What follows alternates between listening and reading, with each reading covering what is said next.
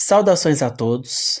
Hoje eu quero refletir um pouco com vocês sobre um caso bíblico muito interessante e que mostra para nós a importância de nós termos transparência uns com os outros, a importância de nós confrontarmos quando for preciso, sermos sinceros quando for preciso e os riscos que nós corremos enquanto igreja quando isso não acontece. Quero trazer o caso de Davi e Aitofel. A Bíblia vai dizer que Aitofel era um grande amigo de Davi, eram amigos íntimos, que inclusive iam juntos, caminhavam juntos até a casa de Deus para adoração. Então Aitofel era alguém muito próximo de Davi. Aitofel era um conselheiro de Davi muito importante e muito respeitada. A Bíblia vai dizer que as palavras de Aitofel tinham peso de profecia, de tão claras, de tão assertivas que era. Aitofel também era conselheiro dos filhos de Davi, então era alguém próximo da família de Davi, era como que um agregado ali da família de Davi. Só que em determinado momento, Davi vai cometer um erro muito grave na sua vida, um pecado, que é o adultério com Batseba. E Davi, ele vai adulterar com Batseba, vai determinar a morte de Urias, que era o marido dela. E qual é o agravante disso tudo? Batseba era neta de Aitofel. Davi, com certeza, sabia disso, mas no momento da tentação, no momento em que a carne falou mais alto, ele não pensou nisso. Aitofel, que teve a sua neta envolvida em um caso gravíssimo de adultério e o seu neto, esposo dela, morto por ordem do seu amigo Davi, mais do que rei, um amigo de confiança, tinha todo o direito de se sentir injustiçado, traído. Ele tinha direito de ficar, inclusive, irado, porque diante de uma situação dessa, é revoltante, revoltante, não tem como ter uma postura indiferente. A família de Aitofel foi desonrada, porque naquele tempo, o adultério, ele envergonhava não só a mulher e o homem envolvidos, mas toda a família. E Aitofel, como chefe da família, como o homem mais velho, com certeza se sentiu muito desonrado diante daquela situação. Então ele teria todo o direito de se sentir irado, de se sentir revoltado com aquela situação, como qualquer pai, qualquer avô, mesmo na atualidade, se sentiria estando na mesma situação que Aitofel estava. Qual que é o ponto? Aitofel não procurou Davi para passar a situação a limpo. Aitofel deveria ter ido até Davi e dito: Davi, não gostei do que você fez, você errou comigo, estou muito magoado com você, eu sei que você é rei, eu respeito você como rei, mas eu não admito essa situação, esse pecado que você cometeu com a minha neta, estou me sentindo traído. Aitofel teria todo o direito e Davi deveria, por sua vez, se humilhar, reconhecer o erro, pedir perdão, embora isso não iria fazer a situação voltar ao estado anterior, o que já tinha de ser feito já tinha sido feito, mas deveria ter um reconhecimento ali, uma humildade também de Davi diante do sentimento que Aitofel tinha, um sentimento legítimo. Mas Aitofel não procura Davi. Aitofel decide se afastar de Davi sem dar uma palavra. Aitofel decide guardar consigo para evitar o confronto. Não, a situação já está complicada, eu não quero levantar mais poeira, eu vou ficar aqui na minha porque o tempo vai passar, as coisas vão se resolver e o tempo vai curar. Aí a gente caminha no texto bíblico. Deus vai tratar com Davi duramente. Você sabe bem dessa história. Passa o tempo, nada de Aitofel. Quando a gente chega em 2 Samuel 15, estoura a rebelião de Absalão contra Davi. E quem é que está do lado de Absalão, sendo conselheiro dele contra Davi? O próprio Aitofel. Aquele que tinha uma questão não resolvida, que deixou o tempo passar e o ressentimento foi criando raízes, foi produzindo amargura, produzindo sentimento de ódio, de vingança com relação a Davi, e na primeira oportunidade que teve, aquele sentimento saiu para fora. Aitofel se rebela contra Davi e vai para o partido de Absalão. Olhando para a nossa realidade hoje como igreja, nós temos uma tendência a evitar o confronto. Isso é do ser humano também, mas agora aplicando na realidade da igreja. Nós temos uma tendência a evitar confronto, a suportar calado determinadas coisas, e às vezes isso vai ser necessário devido a uma realidade muito específica que não vai permitir que a gente diga muita coisa e a gente vai buscar de Deus sabedoria para lidar em cada situação.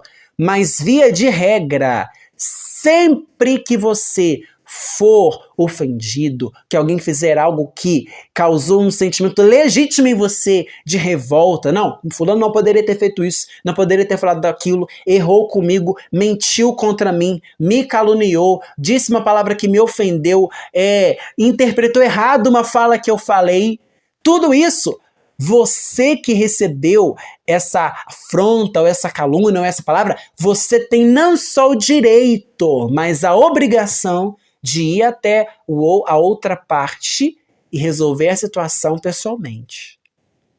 É o que diz Mateus 18. Mateus 18, Jesus nos dá um protocolo de como lidar com os problemas e brigas na igreja. Se alguém feriu você, se um irmão ofendeu o outro, o que você tem que fazer? Vai lá nele, tá lá em Mateus 18. O que às vezes acaba acontecendo? Número 1, a pessoa não fala nada, mas fica guardando ressentimento. Diz da boca para fora que perdoou e que esqueceu, mas não esqueceu. E aí continua guardando mágoa no coração. Segundo, a pessoa vai até a outra, mas vai com ira, vai com ódio, e aí você já sabe o que acontece. E terceiro, a pessoa não vai no outro que o ofendeu, mas fica espalhando para todo mundo o que aconteceu, reproduzindo a difamação e espalhando mais contenda pela igreja. Quando a receita de Jesus vai você e a outra parte só. Diga para ele, eu não gostei do que você falou. Você me interpretou errado naquela situação. Em tal problema, não era isso que eu tinha de ideia e você acabou fazendo. Você passou na minha frente, tomou uma decisão que não era para você ter tomado. Ser transparente, confrontar o outro. Ou talvez não seja em relação pessoal, mas seja em algum pecado que a pessoa esteja cometendo e você vai lá corrigir aquela pessoa. Alguma palavra que aquela pessoa falou, palavra torpe, alguma situação que aquela pessoa errou, às vezes consciente ou não, e você tem a obrigação de ir lá para resgatar o seu irmão do erro.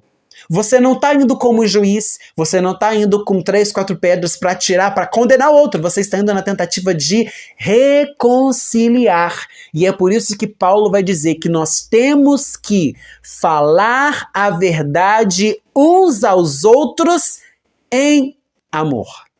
Primeiro ponto, falar a verdade uns aos outros. Não é correto você cumprimentar uma pessoa tendo questões mal resolvidas com ela, que você precisa conversar com ela. E, gente, esse diálogo é difícil. Esse confronto é difícil, dá um gelo na barriga, você fica com medo da reação da outra pessoa, não sabe se ela vai aceitar, você sente a tensão no ar, mas esse confronto é necessário. Porque problemas interpessoais vão acontecer, é inevitável, mas a gente tem que resolver. Tem que resolver, mas é falar a verdade em amor, motivado pelo amor e não por vingança, e não para dar lição de moral em ninguém, até porque no outro dia pode ser que você esteja do outro lado e você tenha que ser confrontado. E aí? E quando o espelho vira? E quando o outro tem que vir para dizer para você, você errou comigo? Qual é a sua reação? Como você se sente? É claro, gente, ninguém gosta de ser corrigido, ninguém gosta de ser chamado a atenção. É ruim, é uma situação chata, de fato, é chato, mas é necessário. Tanto quem fala, tanto quem vai admoestar, quem vai corrigir, tem que ter uma postura firme, mas com amor, e quem recebe a correção tem que ter uma postura de humildade. humildade. E segundo, entender que aquele erro que foi cometido não define e não destrói a sua história. Porque muitas vezes as pessoas acabam destruindo todo um ministério por causa de um erro que poderia ser resolvido de maneira muito mais simples com um diálogo, com um abraço, com um aperto de mão, com uma oração. Consegue entender? E aí aquela pessoa se transforma numa grande vilã e se faz o que a gente chama de tempestade no copo d'água, e aí pessoas saem magoadas, pessoas saem feridas porque a situação não foi devidamente tratada. Então, transparência é fundamental. Falar a verdade em amor é fundamental. E para isso, gente, o ambiente importa, o horário importa, a forma importa. Então, o que eu sugiro de prático? Tem alguma questão com algum outro irmão ou irmã da igreja? Claro que depende de cada caso, existem situações que estão até mais avançadas em termos de gravidade, que exigem outras medidas. Mas falando no sentido mais geral, procura aquela pessoa, se assenta, não conversa em pé, na pressa, com mala, bolsa na mão, pronto para ir embora, só para querer resolver aquilo logo, porque vai ficar aquele perdão meia boca, mas o pecado da ira continua no coração. Então senta, ouve o outro, que às vezes você está ofendido com algo que o outro fez, mas talvez ele está ofendido com algo que você tenha feito, ou talvez você interpretou errado algo que ele fez ou falou, e ele não tinha nenhuma intenção de ferir você, e às vezes você é que está hipersensibilizado. Então ouvir o outro, poxa, por que você fez isso? Gente, vamos aprender com Deus. Deus é assim na forma de relacionar com o homem. Eu vou dar o exemplo de Adão. Deus sabia que Adão e Eva tinham pecado, sabia que a serpente tinha enganado, que eles tinham comido do fruto. Deus vai chegar e não vai já chegar dando sentença. Deus vai chegar e falar, Eva, Adão, e vai ouvir, ainda que seja justificativa mais esdrúxula, Deus vai ouvir Adão, só não vai ouvir a serpente, mas vai ouvir Adão, vai ouvir Eva. Por exemplo, outro caso, quando Eliseu vai confrontar Geazi, ele sabia que Geazi tinha ido pegar aqueles presentes de Naamã, ele vai falar, Geazi, de onde você vem? Vai abrir a porta da oportunidade para que ele se arrependesse. O caso de Ananias e Safira, a mesma coisa. Pedro vai ouvir Ananias e vai ouvir Safira. E aí, qual que é o valor da herdade? Vocês entendem? Nós temos que aprender, ainda que seja difícil, ainda que produza uma certa tensão momentânea, mas vai trazer cura.